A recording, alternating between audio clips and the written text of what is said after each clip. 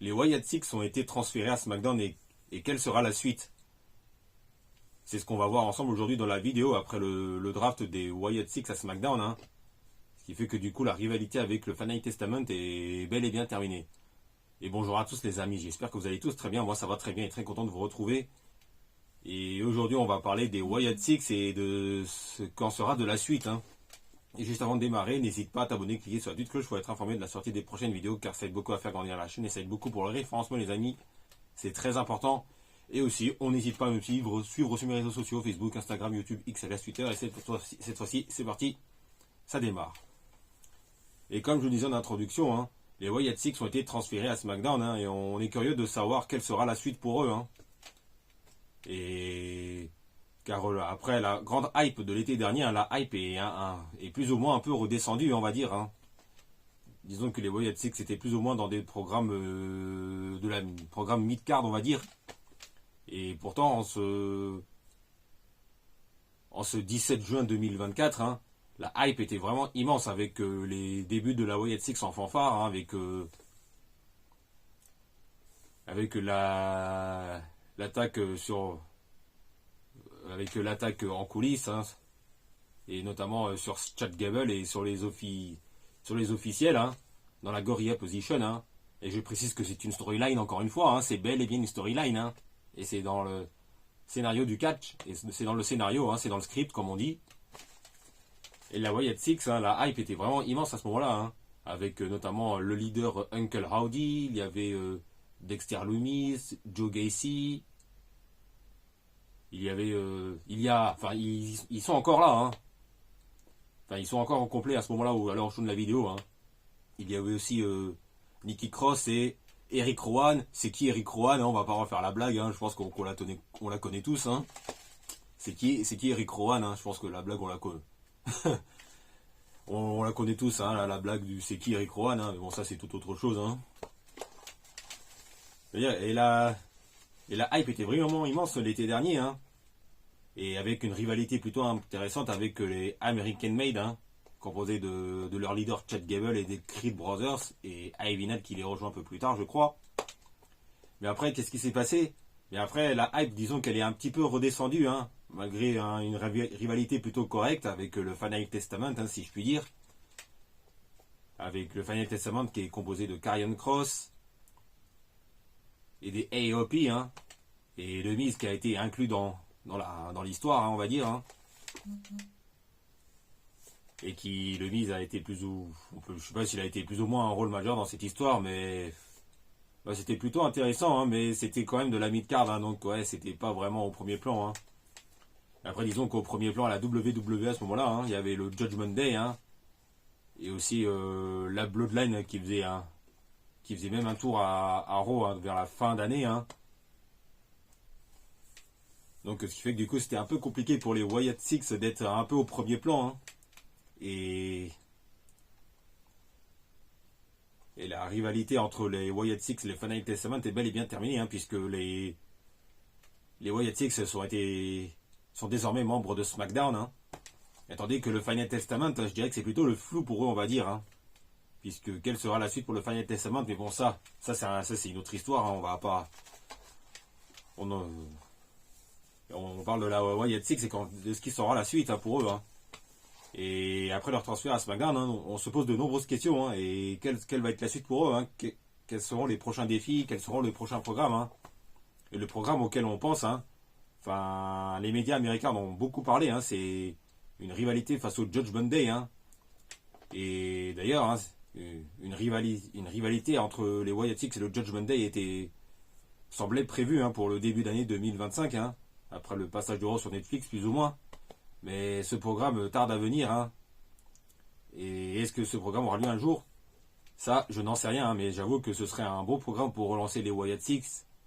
Et aussi relancer le Judgment Day par la même occasion qui tourne un petit peu en rond ces derniers temps, voire pas mal en rond. On va pas se mentir. Et j'avoue qu'une rivalité au Wyatt Six Judgment Day, franchement, on prend. Et surtout que concernant Finn Balor, un gros push serait prévu pour cette année 2025. Mais bon, après la défaite de Balor face à Priest la semaine dernière, ça démarre pas très bien pour Finn Balor. ce push. Mais bon, ça c'est un autre débat. Hein.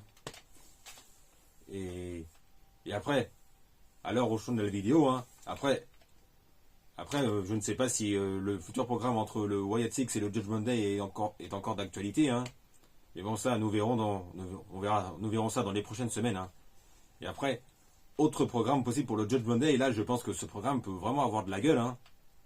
Et c'est un programme face à la New Bloodline. Hein. Et oui, car comme vous le savez sans doute, hein, Solo Sikoa a perdu le Tribal Combat face à Roman Reigns. Hein. Et si la route est toute tracée pour Roman Reigns vers la route vers WrestleMania avec un programme plus ou moins prévu cette face à CM Punk, hein. Enfin, c'est le programme possible pour le moment. Hein. Enfin, probable, on va dire. Bah, c'est un peu le flou pour Solo Sikoa et sa New Bloodline. Hein. Et pourtant, la semaine dernière, hein, enfin, ouais, pas plus tard que la semaine dernière, hein, Jacob Fatu a encore fait parler de lui, hein, dans le bon sens, dans le bon sens du terme, on va dire, hein, puisque Jacob Fatu a une confrontation avec Braun Strowman, hein, ce qui nous amène à ce match qui aura lieu le week-end qui vient à Saturday Night Main Event. Mais bon, ça c'est un autre débat. Hein. Et Jacob Fatu, hein, je pense que lui, ça peut être 2025, ça peut être son année pour lui, hein, et avec pourquoi pas un gros push pour lui, hein, car la WWE compte vraiment sur lui, hein, et lui fait clairement confiance. Hein. Et Jacob Fatu, je ne serais pas étonné de le voir dans Main Eventer quelques mois plus tard. Hein. Et c'est vrai que pour Solo Sikoa, ouais, c'est un peu le flou, hein, dans cette route vers le Royal Rumble et même vers la route vers WrestleMania. Hein. Et du coup, je me dis que pourquoi pas un programme entre les Wyatt Six et la Bloodline et la New Bloodline. Hein. Et toujours en rajoutant, toujours avec dans la New Bloodline Solo Sikoa, le leader de cette New Bloodline, Tama Tonga, Tonga Loa et Jacob Fatu. Et ce programme, hein, si ça a vraiment lieu, hein, bah je prends. Hein. Et je pense qu'un match entre les Wyatt Six et la New Bloodline à WrestleMania, hein, ça peut vraiment être intéressant, hein, sur le papier. Et ce qui permettrait de relancer Solo Sikoa aussi, hein, qui a plus ou moins un peu en perdition, on va dire. Hein. Et ce qui permettrait aussi à Solo Sikoa et Jacob Fatu d'avoir une superbe place sur la carte de WrestleMania, que ce soit dans la nuit 1 ou dans la nuit 2. Hein. Et après, autre programme pour les Wyatt Six, hein, mais je ne sais pas si ça aura lieu, même si ça me paraît quand même un peu moins probable. Hein, c'est un programme avec Legado del Fantasma. Hein, oui. Le clan du leader Santos Escobar et les Los Garza, hein, composé de Angel Garza et Humberto Carrillo, hein, même si leur nom a été raccourci en Berto et Garza. D'ailleurs, je ne comprends pas ces changements de nom, hein, ces raccourcis de nom à la WWE. Bon, on va pas refaire l'histoire. Hein. C'est comme ça. Hein. Là, moi, je les appelle toujours Humberto Carrillo et Angel Garza. Hein. Et il faut dire que Carrillo et Garza ont retrouvé un peu de crédibilité, hein, en revenant petit à petit dans la course au titre par équipe face au DIY. Hein. Et avec les Pretty Deadly qui sont inclus dans l'histoire. Et ouais, moi, c'est une histoire que je trouve. C'est un booking que je trouve vraiment très très fun, hein, on va dire. Hein. Et c'est vraiment très cool ce qui se passe dans la division par équipe. Hein. Même si Santos Escobar, lui, est plus ou moins un petit peu mis sur le côté, hein, ce qui m'étonne un petit peu, hein, lui qui a vraiment un charisme incroyable sur un ring. Hein. Et quand on connaît son style lucha libre. Et un programme entre les Wyatt Six et les Legado del Fantasma. Là, je vous dis que ça pourrait être très très cool aussi, hein, mais ça me paraît quand même peu probable. Hein. Et ça me paraît peu probable qu'on ait ce match entre les Wyatt Six et la New Bloodline à... qu'est-ce que j'allais dire, la New Bloodline, la Legado del Fantasma à WrestleMania 41. Bon, on verra bien la suite, hein, ce qui en sera des Wyatt Six à venir à SmackDown dans les prochaines semaines ou dans les prochains mois. Hein. Mais je serais plutôt pour un match entre les Wyatt Six et la New Bloodline à WrestleMania 41. Hein, ce qui relancerait à la fois les Wyatt Six et la New Bloodline, hein, aussi. Hein. Et surtout que Solo Sikoa a toujours la confiance des officiels. Hein, et bon, ça c'est un autre débat. Hein. Bon voilà les amis, je crois que c'est tout pour aujourd'hui. Hein. J'avais envie de vous parler des Wyatt Six dans cette vidéo, hein, car j'en parle pas très souvent. Hein, et lorsque j'ai vu qu'ils étaient transférés à SmackDown, hein, je me suis dit que ce serait bien que j'en fasse une vidéo qui leur est consacrée quand même. Hein. qu'il leur est consacré, hein, et je trouve que c'est vraiment une très très bonne chose, hein, car aussi une faction que j'apprécie beaucoup, hein, et qui, franchement, ça nous rappelle Bray Wyatt, hein, et encore une fois, on pense très très fort à Bray Wyatt, hein.